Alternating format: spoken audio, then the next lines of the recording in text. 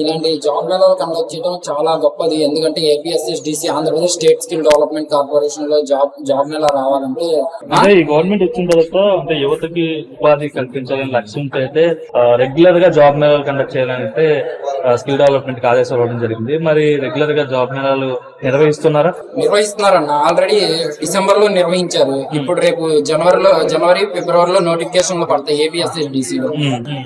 రానున్న 2027 కల్లా 20 లక్షల జాబ్ మేళ 20 లక్షల ఉద్యోగాలు ఇవ్వాలన్న ఉద్దేశంతోనే నారా లోకేష్ గారు నారా చంద్రబాబు నాయుడు గారు చేపట్టిన మహోన్నతమైన కార్యక్రమం చాలా గొప్పగా విజయవంతంగా నడుస్తుంది.